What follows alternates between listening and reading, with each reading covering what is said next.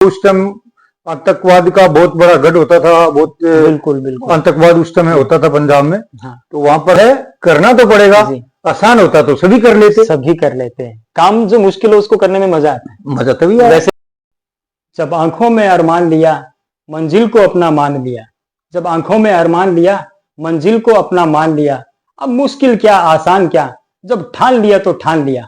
आज मैं आपको एक ऐसी ही हस्ती से मिलाने जा रहा हूं, हमारी इस सीरीज सितारे जमीन के।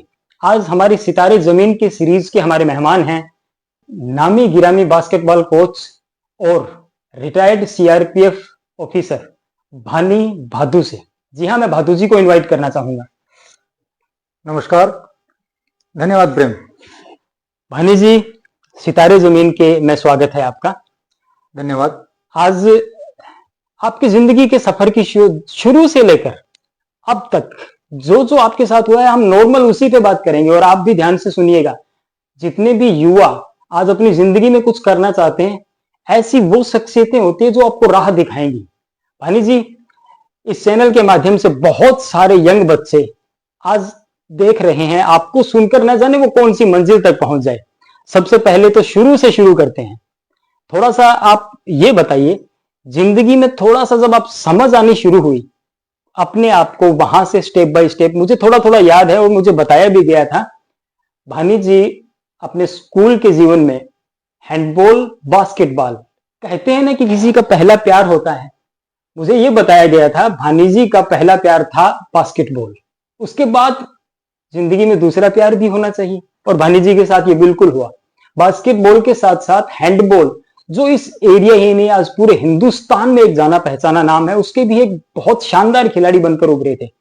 भानी जी, जिंदगी की शुरुआत वहां से हुई, तो थोड़ा सा खुलकर बताइए हमारे युवा चेहरों को। ये बात हो 1984-85 के आसपास की होगी, जब मैं क्लास 10 में पढ़ता था। उस समय हमारे गांव की जो बास्केटबॉल टीम थी वो बहुत बेहतरीन टीम हुआ करती थी, और पूरे राजस्थान में उस टीम का डंका बजता था। तो मैंने अपने सीनियर खिलाड़ियों से प्रेरणा लेकर के बास्केटबॉल खेलना शुरू किया था।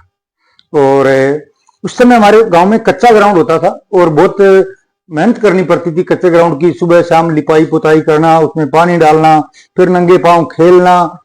तकरीबन 2 साल हम लोग खेले, और तभी मेरी जिंदगी में एक चेंज आया था, परिवर्तन। थोड़ा सा आपको यहाँ रोकूंगा जी। आपने कहा कि उस टाइम पे, ध्यान से सुनिएगा आप लोग भी, कच्चे ग्राउंड हुआ करते थे, खेलने की सुविधाएं नहीं थी। तो आज जो बच्चों को सुविधाएं मिलती हैं, ऐसा कुछ भी नहीं था उस टाइम पे। जी बिल्कुल नहीं था, कच्चा ग्राउंड होता था, नंगे पांव खेलते थे, और 20, 25, 30 बच्चे हमारे जैसे छोटे छोटे खेलने वाले होते थे, और तकरीबन एक बाल ही होती थी हमारे पास खेलने के लिए।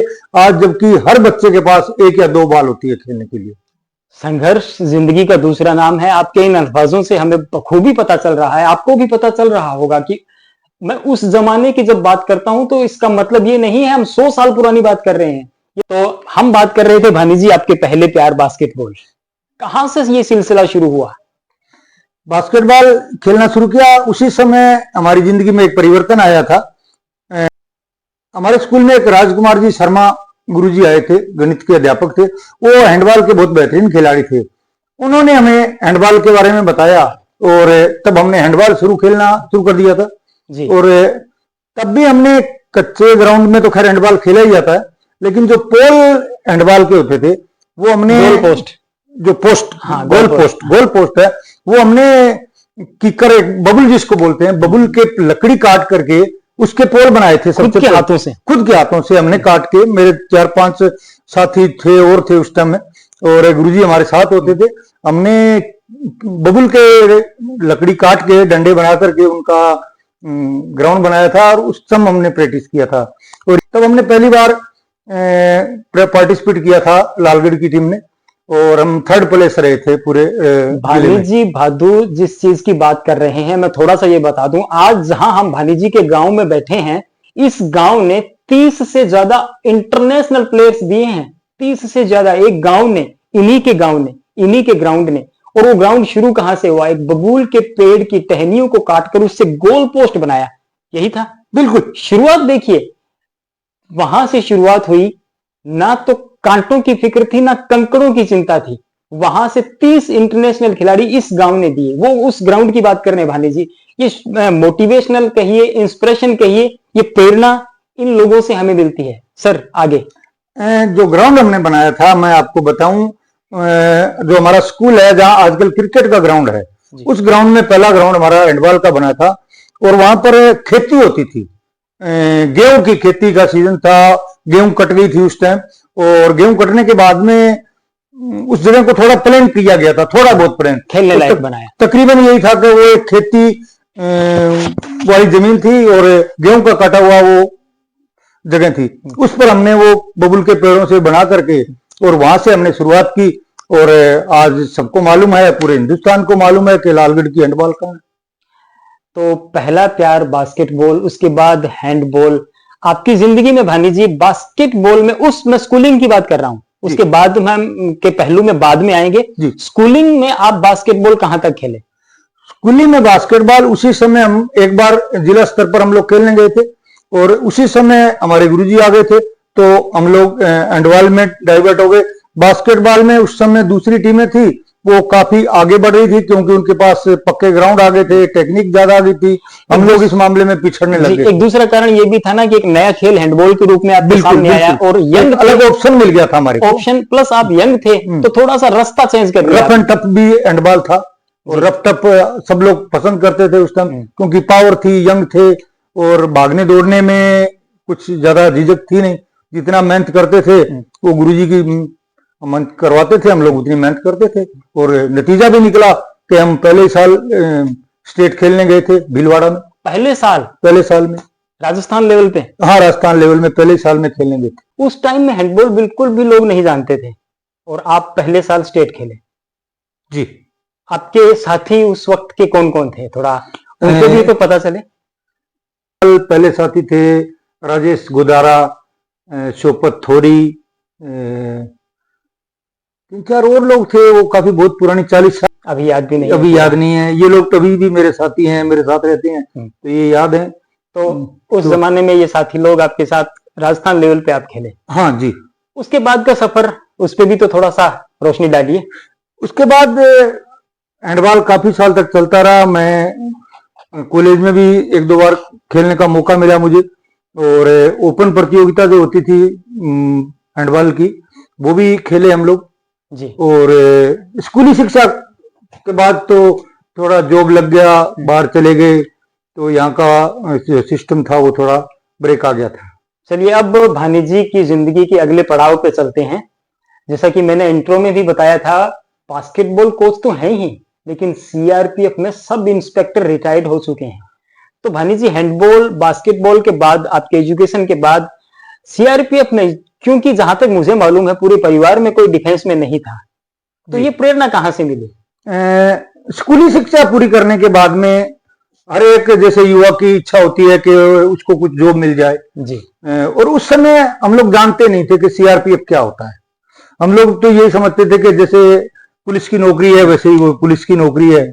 तो मुझे सीआरपीएफ में भर्ती होने का सौभाग्य मिला और उसके बाद सीआरपीएफ में चले गए।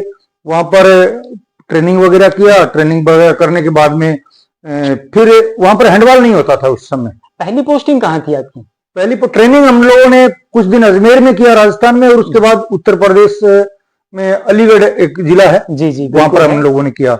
और उसके बाद जो पहली पोस्टिंग हमारे को मिली वो मिली थी लुधियाना में। लुधियाना, पंजाब, जो उस टाइम आतंकवाद का बहुत बड़ा गढ़ होता था, बहुत बिल्कुल आतंकवाद उस समय होता था पंजाब में। हाँ। तो वहां पर हमारे को पहली पोस्टिंग मिली थी। कुछ समय वहां रहे थे हम लोग।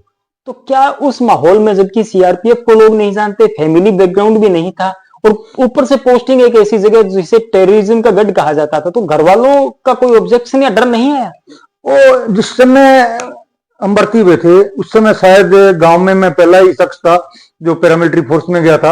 आर्मी में कोई था ही नहीं। सीआईएसएफ और एसएसबी में 2 आदमी पहले हुए थे। ओके। उसके अलावा कोई आदमी नहीं था जो आर्मी में भी गया हो। घर वालों ने सहमति इसलिए दे दी थी कि पुलिस की नौकरी है, उनको नहीं पता था कि ये सीआरपीएफ की नौकरी है। अच्छा। जब पता लगा तो काफी बवाल हुआ, दबाव आया, इधर उधर से बातें की, लेकिन मैंने भी ये मन ठान लिया कि चलो कहीं ना कहीं तो करना ही है। तो हम लोग चले गए। तो वहां से सीआरपीएफ ज्वाइन करने के बाद वहां की खेल की जिंदगी कैसे, क्योंकि यहाँ तो आप खेले कूदे थे स्टेट लेवल तक। जी जी, वहां पर कुछ दिन हमको पंजाब में उग्रवाद के इलाके में नौकरी करना मिला, और उसके बाद मैं आज, हमारे कमांडेंट सर होते थे उस टाइम श्री जेडएफ खान साहब। जेडएफ खान जैसा उनका नाम है वैसे ही उनका शरीर था और वैसे ही उनकी आवाज होती थी, और बड़े दबंग अफसर होते थे। उन्होंने मुझे बोला था, बोला वो भीम के भाई इस शरीर का कुछ कर ले। आपकी हाइट और ये सब हाँ, हाइट वगैरह उन्होंने देख के बोला, वो भीम के भाई इस शरीर का कुछ कर ले। तो मैंने बोला सर मैं क्या करूं? बोला इसको बास्केटबॉल टीम में भेजिए। उस समय बॉडी स्ट्रक्चर को देखकर एक डिसाइड किया गया कि आपको उस गेम में जाना चाहिए। जी जी जी, हमारे सीओ साहब ने ऐसा किया था। और उस टाइम क्या हैंडबॉल यहाँ पर तो थी, लेकिन फोर्स में हैंडबॉल नहीं थी। ओके। तो मुझे, मेरा जो पहला प्यार था बास्केटबॉल, वो फिर से लौट आया। मैं 4-5 साल फिर बास्केटबॉल खेला सीआरपीएफ की तरफ से। तो वहां की थोड़ी सी अचीवमेंट हमारे युवाओं को बताइए। वहां पर शायद अपने दर्शकों को नहीं मालूम होगा, हमारे पहले यूनिट लेवल में टूर्नामेंट होते थे, फिर रेंज लेवल के टूर्नामेंट होते थे, फिर सेक्टर टूर्नामेंट होते थे, और ऐसे कर कर वो एक सेंटर टीम बनती थी सीआरपीएफ। सेंटर टीम, हाँ। तो मैं सेक्टर तक खेला था, सेंटर टीम में भी मेरा नंबर आ गया था। ओके। लेकिन उसी समय सौभाग्य कहिए कि फोर्स के अंदर भी हैंडबॉल की एंट्री हो गई थी। ये बात है, दोनों प्यार वहां एक जगह इकट्ठा हो गए। दोनों प्यार एक जगह फिर से इकट्ठे हो गए। 96 में हैंडबॉल की एंट्री हो गई, और हमारी सीआरपीएफ की नई टीम बन रही थी। तो हमारे कोच साहब थे उस समय श्री जगजीत सिंह जी, बड़ा आदर के साथ मैं उनका नाम लेता हूं जी, और श्री एसपी यादव साहब थे बास्केटबॉल के कोच। उनको मालूम था कि ये लड़का है जो हैंडबॉल खेलता है, तो उन्होंने मुझे यूनिट से बुलाया और मुझे हैंडबॉल टीम में, डायरेक्ट सेंटर टीम में, वहां पर मुझे एंट्री मिली थी। ओके। हैंडबॉल में तो फिर क्या बास्केटबॉल? तो फिर बास्केटबॉल छूट गया और दोबारा हैंडबॉल। तो मतलब लोगों को पूरी जिंदगी में एक प्यार नहीं मिलता, और आप दोनों प्यार हाँ, दोनों प्यार एक साथ दोनों प्यार मिले। और उसके बाद 3-4 बार हमको ऑल इंडिया पुलिस खेलने का मौका मिला। Very good. और एक बार नेशनल खेलने का मौका मिला राजस्थान से जी। और ऑल इंडिया पुलिस में हमारी पोजीशन आई, जिसकी वजह से हमको प्रमोशन भी मिला। मैं 1999 के अंदर डायरेक्ट हवलदार बन गया था। डायरेक्ट खेल कोटे से कांस्टेबल से डायरेक्ट हेड कांस्टेबल बन गया। ओके। तो हैंडबॉल से मुझे काफी फायदा हुआ। अब मैं थोड़ा सा ये जानना चाहूंगा, आपने हैंडबॉल बास्केटबॉल अपने गांव में खेला, यहाँ से छोड़ के सीआरपीएफ चले गए। आपके वहां जाने के बाद यहाँ जो खेल रहे थे उस टाइम, जो युवा, उस टाइम ग्राउंड के जो युवा थे, क्या उन्होंने कभी नहीं पूछा कि आप वहां खेलते हो क्या, हमें भी बताओ, हम भी आएंगे? इस तरह से कोई, क्योंकि होता है बिल्कुल, अक्सर ऐसी बातें होती थी। और गांव के अंदर बास्केटबॉल धीरे धीरे लुप्त हो गया और हैंडबॉल परवान चढ़ गया, और इतना परवान चढ़ा कि बुलंदियां छू गया। उस समय हमारे 3 जो भी ऑफिसर हैं सीआरपीएफ में, 2 ज्वाइन सर्विस कर रहे हैं और एक रिटायरमेंट हो गए, मिस्टर इकबाल सिंह। ओके। और उन लोगों को मैंने ये गाइड किया था कि आप सीआरपीएफ में आइए।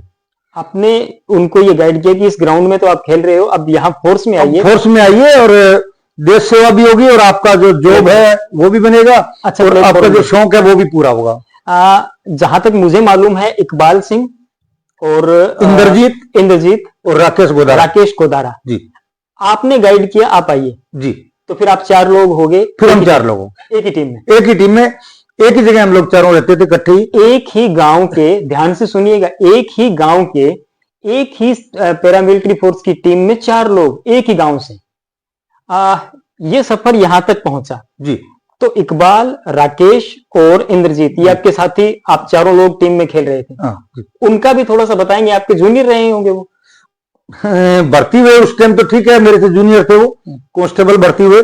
लेकिन उस समय मैं 2000 की बात होगी आसपास, मैं उस टीम से आउट हो गया था, और वो यंग थे, वो खेलते रहे। नहीं, आउट भानी जी कहना गलत होगा कि एज के अकॉर्डिंग आपने थोड़ा सा अपने आप को एडजस्ट कर लिया, टीम से अलग हो गए। जो भी कहिए आप, एज के अकॉर्डिंग कहिए, यूथ लड़के आ रहे थे नया, उनके पास टेक्निक अच्छी थी, वो ज्यादा हमसे समय बदलाव मांगता है। और समय तो परिवर्तनशील है, बिल्कुल। धीरे धीरे पलटी मारता है। बिल्कुल। पलटी मारा, उनका नंबर आया और मुझे तो खुशी हुई कि वो 2 साल में ही हवलदार बन गए, 4 साल में सब इंस्पेक्टर बन गए और आज तो गेजेटेड ऑफिसर है। वो गेजेटेड ऑफिसर तीनों गेजेटेड ऑफिसर है। रिटायर्ड हो गए। इकबाल सिंह जी वो वॉलंटरी रिटायरमेंट ले लिया। ओके। और वो दोनों अभी असिस्टेंट कमांडेंट सीआरपीएफ में है और सर्विस कर रहे हैं। खेल के ग्राउंड से निकलकर असिस्टेंट कमांडेंट की पोस्ट पर अभी भी देश की सेवा कर रहे हैं। युवाओं के लिए इससे बड़ी इंस्पिरेशन क्या हो सकती है? भानी जी, अब आपकी जिंदगी यहां से शुरू हुई, शादी किस साल में हुई? तीसरा प्यार हम आते हैं। अब इसे तीसरा प्यार कहेंगे या पहला प्यार कहेंगे, ये तो आप बताइए। हाँ, खेल से मुझे बहुत ज्यादा लगाव था। शादी 1987 में मेरी शादी हो गई थी। इस बीच क्योंकि जैसे यहाँ अपने ग्रामीण परिवेश से यहाँ शादी जल्दी होती है। जी जी। और हम लोग इसी माहौल में रहे थे, पले बड़े थे, तो जैसे ही स्कूली शिक्षा पूरी हुई घर वालों ने शादी कर दी। हाँ, वो नॉर्मल है। तो अभी कितने बच्चे हैं आपके? 2 बच्चे हैं। क्या करते हैं? बड़ा बेटा है जितेंद्र भादु, जो कि शारीरिक शिक्षक है बाड़मेर में। फिजिकल टीचर बाड़मेर में? फिजिकल टीचर जी, बाड़मेर में। और छोटा बेटा है वो है आर्मी में। और एक बच्चे को देश सेवा में भी भेज दिया? बिल्कुल। एक को खेल में भेज दिया? खेल में भेजा, उसको भी पहले सीआरपीएफ में भेजा। वो भी 4 साल में सीआरपीएफ की नौकरी उसने भी किया। क्या बात है। क्योंकि हमारे फोर्स की जो दाल जिसको हम बोलते हैं वो हमें बहुत पसंद आई। पूरे परिवार को बाने लग गया। हाँ, बिल्कुल बिल्कुल। तो 4 साल उसने सर्विस की, उसके बाद वो फिजिकल टीचर में गया। आपके कैमरे के सामने मैं आपके सामने बिल्कुल छोटा सा दिख रहा हूं, मुझे मालूम है। हाइट क्या है भानी जी आपकी? 6 फीट 3 इंच। 6 feet 3 inch. जहां तक मुझे पढ़ा है कहीं मैंने, अमिताभ बच्चन शायद इसी हाइट के हैं। 6'3" कहीं पढ़ा है, अगर मैं गलत नहीं हूं। खैर, बच्चे आज वेल सेटल्ड हैं। आप फोर्स से रिटायरमेंट कब लेके आए? मैंने 2012 1 नवंबर 2012 को मैंने सब इंस्पेक्टर से वॉलंटरी रिटायरमेंट ले लिया था। Voluntary, okay. वहां से आने के बाद आपने बास्केटबॉल, अपने पहले प्यार के ग्राउंड को पकड़ा, वहां से बच्चों को तराशना शुरू किया। इस सफर के बारे में थोड़ा सा बताइए। इसके बारे में मैं 2012 में वॉलंटरी रिटायरमेंट लिया और तकरीबन 13 या 14 में गांव में बास्केटबॉल शुरू किया। और मैं आपके चैनल के माध्यम से ये भी आज बता दूं कि जितना प्यार मुझे हैंडबॉल से था, बास्केटबॉल से भी उतना था और हैंडबॉल से भी उतना था जी। लेकिन गांव में बास्केटबॉल का मैदान था वो खाली पड़ा था, वहां पर कोई खिलाने वाला नहीं था, बच्चे भी नहीं आते थे। और हैंडबॉल का ग्राउंड था वो बुलंदियों पे छू रहा था। तो मैंने ये सोचा कि इतने मेरे साथी हैं, वो प्रशिक्षक का वहां काम कर रहे हैं और मैं अगर एक और करता रहूंगा तो कोई फर्क नहीं पड़ेगा जी। लेकिन अगर उनके पैरेलल अगर बास्केटबॉल का ग्राउंड और चल जाए तो गांव के बच्चों को जितना फायदा हैंडबॉल में हो रहा है उतना बास्केटबॉल में भी हो जाएगा, डबल हो जाएंगे जस्ट, यानी 1 और 1 2 हो जाएंगे जी। तो मैंने इस सोच के साथ बास्केटबॉल शुरू किया और आप लोगों के प्यार से, गांव के प्यार से, बच्चों के प्यार से लालगढ़ की बास्केटबॉल बहुत बढ़िया थी। पहला प्यार या दूसरा प्यार वो हम एक मजाक में इस इंटरव्यू में ले रहे हैं। एक्चुअल में मैं भानी जी को मल्टी टैलेंटेड कहूंगा। एक गेम को पकड़ना और उसके अंदर काबिल होना भी बहुत बड़ी बात है। और यहां बात कर रहे हैं बास्केटबॉल और हैंडबॉल, 2 में पैरेलल इंडिया लेवल पे चले जाना, बहुत बड़ी बात भानी जी। अभी तक ग्राउंड संभालने के बाद तकरीबन 10 साल हो गए रिटायरमेंट से आने के बाद जी। थोड़ा सा बताइए कितने बच्चे कहां कहां तक आज आपका नाम रोशन कर रहे हैं, पूरे एरिया का नाम रोशन कर रहे हैं? सैकड़ों बच्चे तो स्टेट खेल चुके हैं, राजस्थान लेवल पे, राजस्थान की गंगानगर की टीम में, यानी राजस्थान खेल चुके हैं। और 10-12 बच्चे हैं वो नेशनल भी खेले हैं। टोटल 22 बच्चे हो गए हैं नेशनल के। उनमें नेटबॉल भी शामिल है, सेस्टोबॉल भी शामिल है, क्योंकि मैं हर खेल में हाथ आजमा दिया हूं। ओके। और बास्केटबॉल में भी खेले हैं, नेशनल गोल्ड मेडलिस्ट भी लड़के हुए हैं। अच्छा इंप्रूवमेंट लालगढ़ के बास्केटबॉल के तकरीबन 22 खिलाड़ी अब तक नेशनल लेवल पर रिप्रेजेंट कर चुके हैं जी जी। 100 के करीब राजस्थान को रिप्रेजेंट कर चुके हैं डिस्ट्रिक्ट लेवल से स्टेट लेवल तक जी। ये आपके ग्राउंड संभालने के बाद की कहानी है। उससे जस्ट पहले ऑलमोस्ट 0 था जब आपने बास्केटबॉल छोड़ा और दोबारा पकड़ा बीच के सफर में। मैं आपके माध्यम से एक बार फिर बताऊं कि 1980 के दशक में लालगढ़ में जब कच्चा ग्राउंड होता था, जब हमने वहां पर स्टार्ट किया था, तो वो उस समय डाउनफॉल पे आ गया था। वो एक टाइम था। उसके बाद में 96 के आसपास पक्का ग्राउंड बना लालगढ़ में। उस समय दोबारा बास्केटबॉल चला। वो 8-10 साल फिर दोबारा चला, फिर बंद हो गया। अभी जो चलाया मैंने वो तीसरा पार्ट आ गया। वो तीसरा पार्ट फुल्ली प्रोफेशनल पार्ट है। ये फुल आप कोचिंग, आपका पूरा स्टाफ, सब लोग आज इतने लोगों को मोटिवेट कर रहे हैं, इतने बच्चों को एक अच्छा प्लेटफॉर्म भी दे रहे हैं। तो इसके लिए बहुत बहुत बधाई आपको। और सबसे बड़ी बधाई तो मैं इस चैनल के माध्यम से देना चाहूंगा उन बच्चों को कि भानी जी वापिस आए, रिटायरमेंट के बाद ग्राउंड संभाला और 100 से ज्यादा लड़के राजस्थान का प्रतिनिधित्व, राजस्थान लेवल तक माफ कीजिएगा, खेल चुके हैं। 22 बच्चे राजस्थान का प्रतिनिधित्व कर चुके हैं। भानी जी उसके बाद के सफर में हम आएंगे। उससे पहले थोड़ा सा मैं ये जानना चाहूंगा, जब हम किसी भी सफर पर निकलते हैं तो बहुत सारे साथी भी साथ होते हैं जी। तो कुछ ऐसे साथी जिन्होंने आपको मोटिवेट किया हो, कुछ ऐसे नाम जिन्होंने आपको मोटिवेट किया हो कि भानी नहीं आइए यार, ऐसा कुछ, छोटे बड़े हो सकते हैं। बहुत से नाम है इस मामले में। बहुत से लोगों ने मुझे मोटिवेट किया। जैसे मैं जब भी ग्राउंड जाता था तो मुझे बोलते थे, भाई यार आप तो बहुत मेहनत करते हो, आप तो बहुत मेहनत करते हो, आप बच्चों के लिए सुबह शाम दोनों टाइम ग्राउंड में आते हो, हमारे को तो टाइम ही नहीं मिलता। तो ये जो भी शब्द होते थे ना, ये मेरे के लिए मोटिवेशन का काम करते थे। मानो जिस दिन मैं नहीं ग्राउंड में जाता था तो मुझे ऐसा होता था कि कोई देखेगा तो ये बोलेगा वो देखो ग्राउंड तो आया ही नहीं। तो ये मेरे को हर एक जो शब्द थे लोगों के, वो मुझे मोटिवेशन का काम करते थे। आपके अंदर प्रेरणा तो थी, लेकिन प्रेरणा को जगाया भी गया जी। और आज इतने सारे बच्चों के लिए आप प्रेरणा है और इस चैनल के माध्यम से लाखों लोगों की प्रेरणा आप बनने जा रहे हैं। भानी इस सफर में भानी जी 22 बच्चे आज इंडिया खेल चुके हैं जी। थोड़ा सा और भी बताना चाहेंगे, कुछ और भी अचीवमेंट्स बास्केटबॉल आपके दोबारा आने के बाद, क्योंकि बहुत सारे बच्चे हम देखते हैं इस ग्राउंड पे आना शुरू हो गए, क्या पता उनमें से कल को बहुत बड़े बड़े सितारे बन जाएं और आपकी जगह बैठकर इंटरव्यू दे रहे हो जी। कुछ ऐसे नाम, ऐसी अचीवमेंट्स। मेरे दोबारा ग्राउंड संभालने के बाद में तकरीबन 100 बच्चों की स्ट्रेंथ लालगढ़ के ग्राउंड पे बास्केटबॉल की पहुंच गई है। और 14, 17 और 19 3 ग्रुप के यहाँ पर स्कूली टूर्नामेंट होते हैं। इस साल की बात छोड़े तो पिछले साल, उससे पिछले साल हम सभी ग्रुप के विनर थे पूरे जिले के अंदर। अंडर 14, अंडर 17, अंडर 17 और अंडर 19 के डिस्ट्रिक्ट विनर थे आप। डिस्ट्रिक्ट विनर थे आपकी टीम वहां, और वो कई सालों तक रही, कई सालों तक चलती आ रही है परंपरा। हाँ जी। और स्टेट लेवल की बात करें तो हम पिछले साल जो राजगढ़ में चूरू के अंदर स्टेट टूर्नामेंट हुआ था, स्कूली टूर्नामेंट, उसमें अंडर 14 में हमारी टीम पूरे राजस्थान में लालगढ़ की टीम, जो कि गंगानगर के नाम से पार्टिसिपेट किया, सेकंड रही थी। ओके। और उससे पिछले साल यानी 2022 के अंदर जो कि पाली में हुआ था, वहां पर पूरे राजस्थान के अंदर गंगानगर की टीम फर्स्ट आई थी, चैंपियन बनी थी पूरे राजस्थान में। और खेलने वाले सभी बच्चे लालगढ़ के, एक ही गांव के अपने ही स्कूल के, अपने ही ग्राउंड के बच्चे थे, और वो पूरे राजस्थान के अंदर चैंपियन बनी थी। ये हमारा पूरी की पूरी टीम आपके ग्राउंड से, आपकी कोचिंग में निकलकर राजस्थान चैंपियन बनती है। जी जी जी, बहुत बड़ी अचीवमेंट। सर थोड़ा सा और भी बताएं। इसके अलावा कई लड़के ऐसे भी हुए हैं जो सरकारी जॉब में गए हैं। आपके ग्राउंड बास्केटबॉल पीटीआई लगे हैं 2-3 तो लड़के, एक फौज में भी गया है।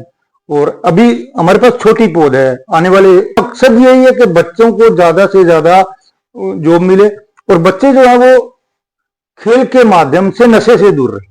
हाँ। जैसा कि मैं तो बार बार यही बोलता हूं कि काबुल में सारे घोड़े नहीं होते जी, काबुल में सारे घोड़े नहीं होते। ग्राउंड में आओगे तो सारे खिलाड़ी नहीं बनोगे। हाँ। ये मुझे भी मालूम, लेकिन जितने बनेंगे, लेकिन कम से कम एक अच्छा इंसान तो बनोगे जी। बिल्कुल। और हमारा टारगेट भी यही रहता है। आप फोर्स मैं तो बच्चों को यही बोलता हूं कि मुश्किल है, करना तो पड़ेगा। आसान होता तो सभी कर लेते हैं। काम जो मुश्किल हो उसको करने में मजा आता है। मजा तभी आता है। वैसे भी तो आप फोर्स से हैं, मुश्किल काम को वैसे भी करने में मजा आएगा। इसी में तो मजा आता है। चलिए भानी जी, अब इस इंटरव्यू के लास्ट पार्ट में रैपिड फायर राउंड खेलेंगे आपके साथ जी। मैं फटाफट कुछ पूछूंगा, आपको फटाफट बिना सोचे समझे ही उनका आंसर देना है। बिना सोचे समझे जी। इतना टाइम मैं आपको दूंगा नहीं। अच्छा चलिए। आपके फेवरेट गुरु? राजकुमार जी शर्मा, जो कोच आपने बताए थे हैंडबॉल के। हम्म। और कोच के अलावा, अगर उनके अलावा बात करें स्टडी में, तो आपके फेवरेट गुरु? सुरेंद्र कुमार जी शर्मा, रिचपाल जी, नरोत्तम जी, और मेरे फोर्स के गुरु हैं श्री जग्गा सिंह जी, जिनको हम डीआईजी साहब रिटायर हो गए अभी, वो मेरे बहुत फेवरेट गुरु थे। सत्य प्रकाश जी यादव, एसपी यादव जिनको हम बोलते हैं। Okay ji. Favourite actor? Amitabh Bachchan. इतना जल्दी जवाब? पूरी दुनिया के फेवरेट है जी। Favourite heroine? Rekha, evergreen Rekha ji. जी।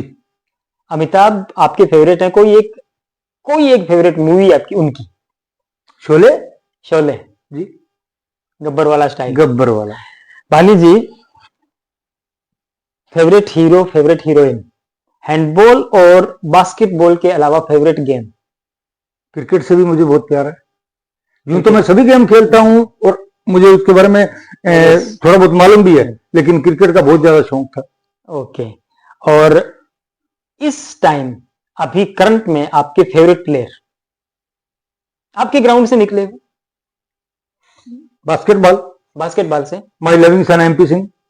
MP Singh, okay. और हैंडबॉल से?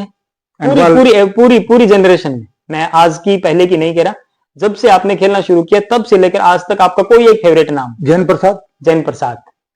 जैन प्रसाद का इन्होंने जिक्र किया।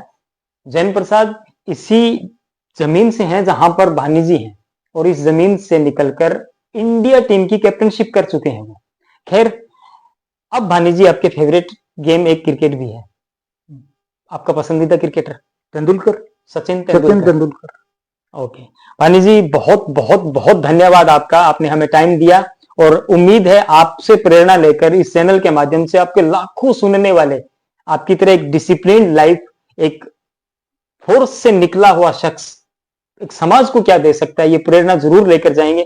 कुछ अल्फाज आप कहना चाहेंगे हमारे चैनल के माध्यम से युवाओं को? मैं चैनल के माध्यम से विशेष तौर से युवाओं के लिए मेरा ये संदेश होगा कि वक्त बहुत बलवान है, वक्त बहुत कीमती है, उसे बर्बाद ना करें। जो बच्चे पढ़ रहे हैं वो पढ़ाई में ध्यान दें, जो बच्चे खेल रहे हैं वो खेल में ध्यान दें, जो बच्चे जॉब कर रहे हैं वो अपना ईमानदारी से जॉब करें, और जो भी समय उनके पास है उसका लुत्फ उठाएं, मजे करें जिंदगी में। धन्यवाद भानी जी, बहुत बहुत धन्यवाद। शुक्रिया आपका भी बहुत बहुत धन्यवाद।